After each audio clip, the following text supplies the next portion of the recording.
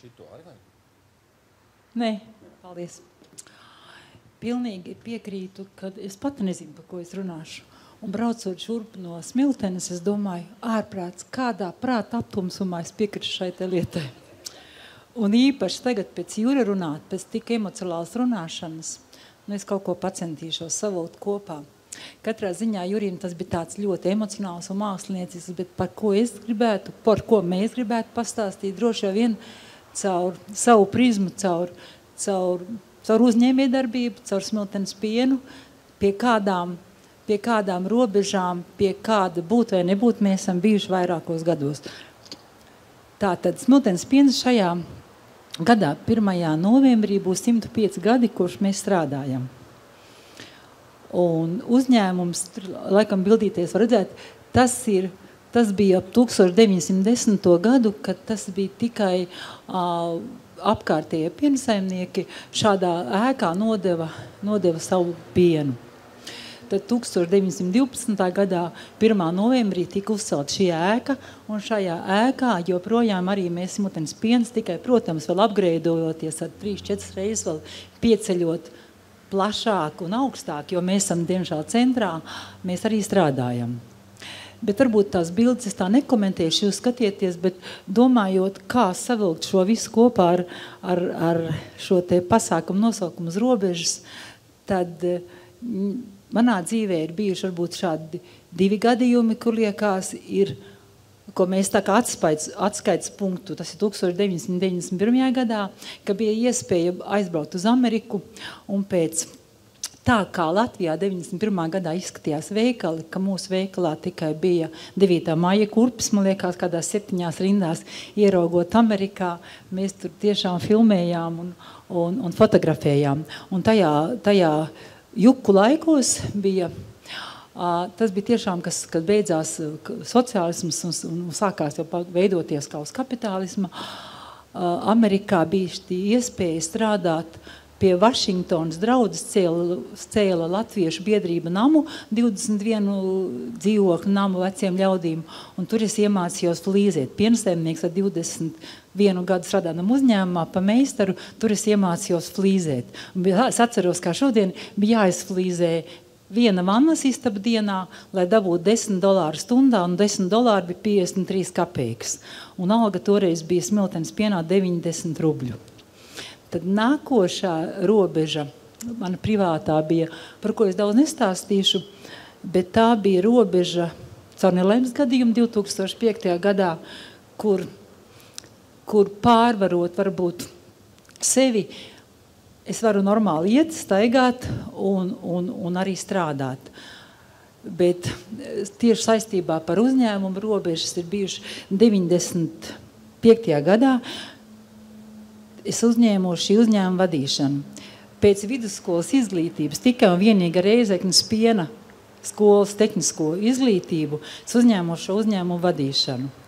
Jo mūsu direktors bija 95. gadā 75 gadīgs, viņš bija ļoti jauks cilvēks, bet jāsāk bija domāt jau kā kapitālismā. Kā vajag, es nezināju, bet tā kā mēs darām, un lai mēs pastāvētu, ka tā darīt nevajag. Lūk, un jau pagājuši 22 gadi, un paldies Dievam, Smiltenes piens pastāv, strādā un ir pārvarēts vairākas robežas, kur varēja arī nebūt. Tajā gadā izputēja Jelgava, nevis Jelgava, bet Ventspils, izputēja Reizeknes piena kombināts, ļoti daudz pienotavs. Lūk, un pamazām mēs sākām attīstīt pilnīgi savādāku ražošanu, tirgus meklēšanu. Bet tā bija robeža, ko es pārkāpju tikai ar ļoti lielas uzrīkstēšanās, jo aizbraucot pie kolēģiem un uzdeva man vairākus jautājumus, konkrēti Trikāts pienotavs grāmatvedi, un es kaut ko tur atbildēju. Viņa teica, Gita, ko tu melot, tā nav bilancē rakstīts, ko tu stāsti, bet kā vajag un kā jādara, es to nezināju. Un tad pēc saviem 40 gadiem, kas arī jau viena dzīves robeža, es sapratu, ka ir jāmācās, un tikai 47 gados es pabeidzu augstāko izglītību un 52 gados maģistratūru šajā jomā. Paldies! Bet nākošā robeža bija 2012. gadā, kad mums nepārtraukti tagadējais valsts prezidents, kas toreiz bija vides ministrs, mums nepārtraukti par to rāja, kā mēs tur piesārņojam vidu ar suliņām. Jo katrā tonnā piena ir apmēram 800 kg suliņas ražojot sieru. Un faktiski viņi jau nav kur likt. Un es atceros vienu traku gadījumu, ka mēs sēžam ar ražas vadītāju Ilzu uz kāpnēm, ir piekdiena, un zinām, ka mums vajag atkal kaut kur dabūt projām sestdien 40 un nākošā svētdienā vēl 40 tonnas suliņu. Kur viņas likt? Neviens neņem. Nekur gāzt nevar. Vide stāv mums jau skaitītāji. Uz to taisīsim ciet. Mēs sēžam uz kāpnēm un domājam, kaut kas ir jādara. Un tā mums dzima ideja par produktu, ko es ceru, ka jūs esat pagaršojis, kas jums visiem garšo, piena spēks. Šis piena spēks ir no suliņām, ko kādreiz gāza laukā, ko deva cūkām, un aizsūtot šo piena spēku, izražojot un aizsūtot šos piena spēku uz Vāciju, mēs dabujām apliecinājumu, ka tas ir viens ārkārtīgi veselīgs produkts. Bet tas robeža arī tā bija, jo 2010. gadā mums uzticējās SEB banka pie apgrozījuma 5,2 miljoniem latu. Mums iedeva 1,4 miljonu eiro aizdevumu. Jo līdzīgi produktu mums nebija pieredzes. Tā nebija ne Latvijā, ne Lietuvā, ne Igaunijā, arī Polijā ne. Un kā tas aizies un kā tas izdosies, mēs nezinājām. Bet paldies Dievam, paldies sekretībai un paldies visiem speciālistiem un paldies visiem jums un visiem sportistiem, ka tas garšo, arī šī robeža tika veiksmīgi pārvarēta. Man liekas vairāk, par cik iepriekšējais runātājs runā, ilgāk es varu noraut, vai ne? Šie ir tērpi. Gribat noraut pienu? Arī. Šie ir tērpi no mūsu meitenes, kuras ir Latvijas sieras, Holandas sieras un Krievijas sieras. Tur ir Latvijas sieras un Latvijas un Krievijas sieras svētkos. Es domāju, kad es varētu beigt. Es ļoti labprāt atbildētu uz jautājumu. Ne tikai es, man ir līdz arī meitenes, kuras izstāstītu, kas ir iekšā sierā, kas pienā, kas krējumā un kur var dabūt viss sīk.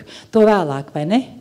Bet mans novēlējums ir, lai mūsu logo ir prieks baudīt. Tas ir kaut kā no vienas vācu mašīnas, ir laikam vai BMW prieks braukt, vai kā mēs pārtulkojam prieks baudīt.